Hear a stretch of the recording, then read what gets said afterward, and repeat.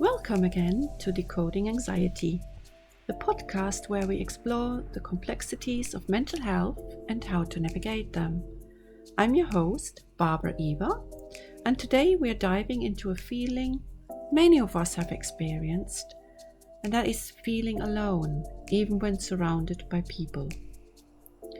This is particularly common when dealing with anxiety, so we're also going to explore how a technique called thought debunking can help. Shall we get started? So feeling alone in a crowd is a paradox. Many with anxiety know all too well. But why does it happen? Here are a few reasons. The first one is hyper-awareness. Anxiety often makes us hyper-aware of our own thoughts and feelings. Instead of engaging with others, we become consumed with our internal dialogue. This can create a sense of isolation, because if you're busy in your mind, you obviously can't be very open to other people. Then following the fear of judgment. Anxiety can heighten the fears of being judged or misunderstood by others. We might think things like, if they knew what I'm really like, they'd reject me. That obviously creates an emotional barrier between us and those around us, because we're basically putting our front or our wall up, and they will not experience us as we are. Then the physical symptoms of anxiety don't help, like sweating, trembling, or racing heart. It can make us feel different from everyone else, as if no one else can understand what we're going through. So negative thought patterns. Anxious thoughts are often negative and repetitive. We might believe something: we don't belong, we aren't interesting, or are somehow flawed, which can prevent us from fully connecting with others.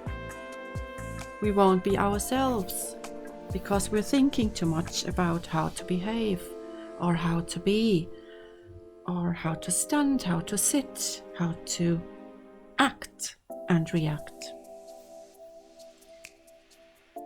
Now, what can help? How can we tackle these feelings of isolation? One powerful technique is thought debunking. This method involves identifying and challenging the negative thoughts that fuel the anxiety.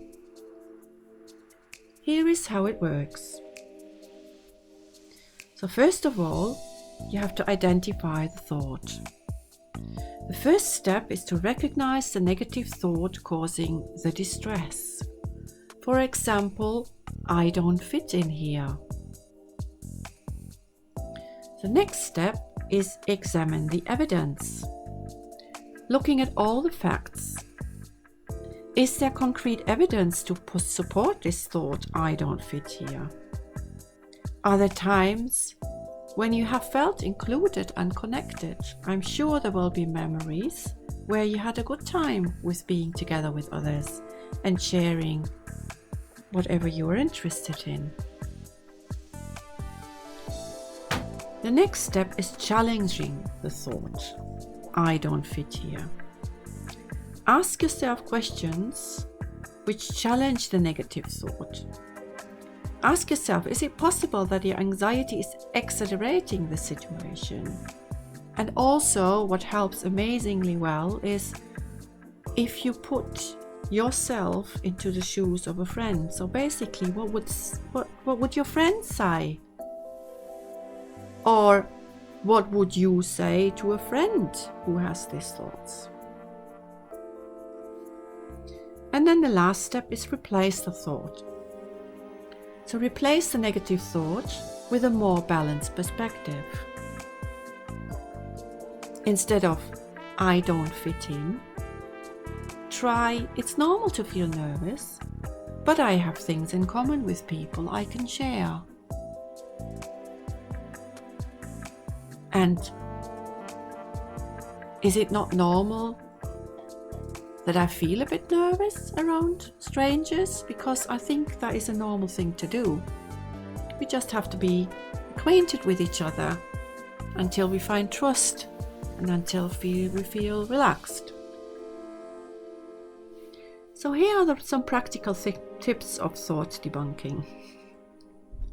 So thought debunking can be incredibly effective, but it takes practice. So what can you do? You can write down your negative thoughts and follow the steps of thought debunking on paper. This can make the process more concrete.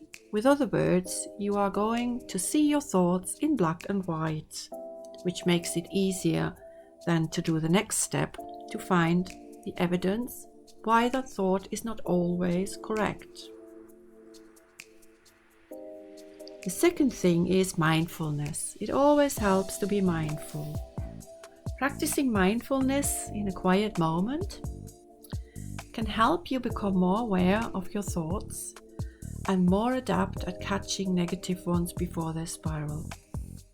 So with other words, the more you are spending time with finding a bit of quietness, basically going through your thought processes, imagine yourself in a situation that you're with others and you're feeling anxious, and then go through your thoughts. What am I thinking? Why am I thinking this? Is there evidence that I needed to think this? And then just, debunk them one by one. And mindfulness, doing this in a quiet situation, before you basically go out or before you actually approach others, is an amazing tool to help you to set your mind in the right frame when you are out and about. And obviously seeking support. Sometimes talking through these intrusive thoughts with a therapist like me, or even a trusted friend, can provide you with new perspectives and help you challenge your anxiety. And last not least, please be patient.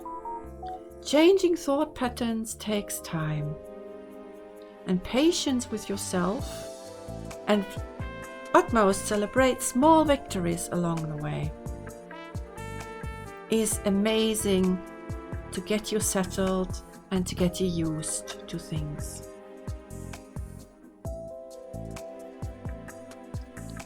Feeling alone among people is a challenging experience, but understanding the reasons behind it and using the tools like thought debunking can make a significant difference. Remember, you're never alone in feeling this way, and there are very effective strategies to help you reconnect with those around you.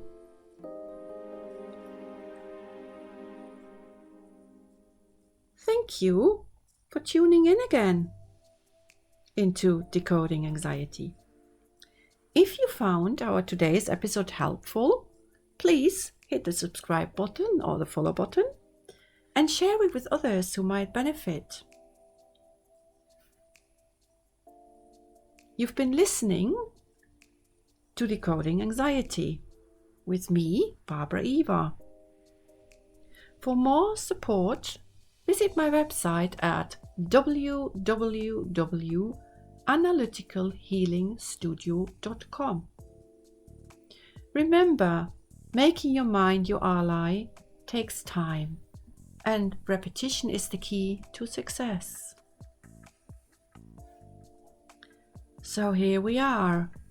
Take care of yourself until next time. Be kind.